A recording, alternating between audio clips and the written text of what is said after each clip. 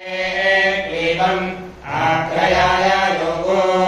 कामाय मुग्गश्चलो अभिकृष्टाय माधवम् नारसिंहाय स्वाहा नारसिंहाय इदम् दीर्घाय सूतम् वृत्ताय तेजोषम् धर्माय सभाधरम् धर्माय देवम् अरिष्टाय धीबलम् असायकारम् आनन्दाय स्त्रीशकम् प्रमुदे कुमारे पुत्रम् मेधायै रथकारम् धैर्याय तक्षाणम् ॐ श्रीं ह्रीं क्लीं ऐं क्षौं नारसिंहाय स्वाहा नारसिंहाय इदम् ॐ मायावोरालम् मायावैकार्माणम् रूपाय मणिकारम् शुभेदमम् शरव्यायादिशुकारम् हेत्येदन्वकारम् कर्मणेत्याकारम् निष्ठाय रज्जुसर्गम् मुद्रगे मृगजम् अन्तकाय स्मरितम् ॐ श्रीं ह्रीं क्लीं ऐं क्षौं नारसिंहाय स्वाहा नारसिंहाय इदम् ॐ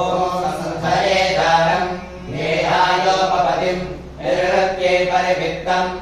आर्त्यै परिविधानम् अराहात्यै विधिशोभम् पवित्राय भिषदम् प्रज्ञानाय नक्षत्रदर्शम् निष्कृत्यै वेदस्कारे पदायोपदा पर्णाय दूरुधम् ॐ श्रीं ह्रीं क्लीं ऐं क्षौं नारसिंहाय स्वाहा नारसिंहाय इदम् ॐ वृक्षीकाभ्यो नैषादम् वृषव्याघ्राय दुर्मदम् प्रयुध्य उन्मत्तम् गन्धर्वाप्सराभ्यो प्राच्यम् सर्पदेवजनेभ्यो प्रतिपदम् अपेभ्यः किलवम् इर्यराय अकिलवम् पिशाचेभ्यो वितरकारम् यादुधानेभ्यः कण्टककारम्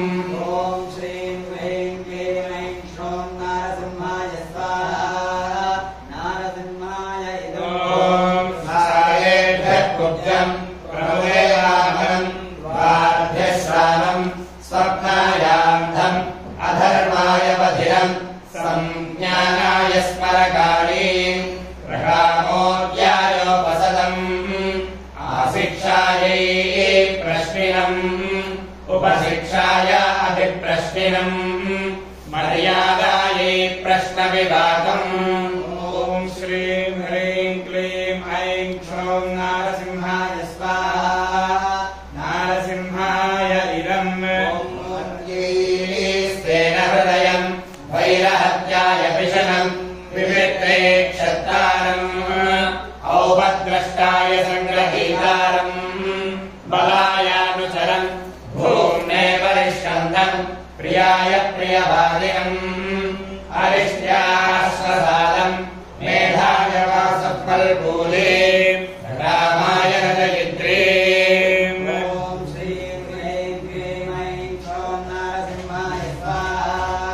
नारसिंहाय इदम् ॐ आयैरार्वाहारम् प्रदाय आग्नेन्दम् नागस्य पृष्ठायाभिषेक्तारम् रत्नस्य पिष्टपाय पात्रनिर्मेकम् देवलोकाय पेशितारम् मनुष्यलोकाय प्रकरितारम् सर्वेभ्यो लोकेभ्य उपसेक्तारम्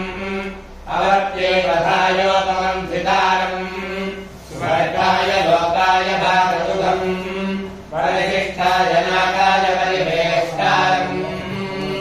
ॐ श्रीं ह्रीं क्लीं ऐं क्षौं नारसिंहाय स्वाहा नारसिंहाय इदम् ॐ हर्षेभ्यो हस्तिवम् जवायाश्वपम् पुष्यैवोपालम् तेजसेजपालम् वीर्यायाविपालम् इरानीकीलाशम् कीलालाय सुराकारम् रक्ताय ग्रहम् श्रेयम्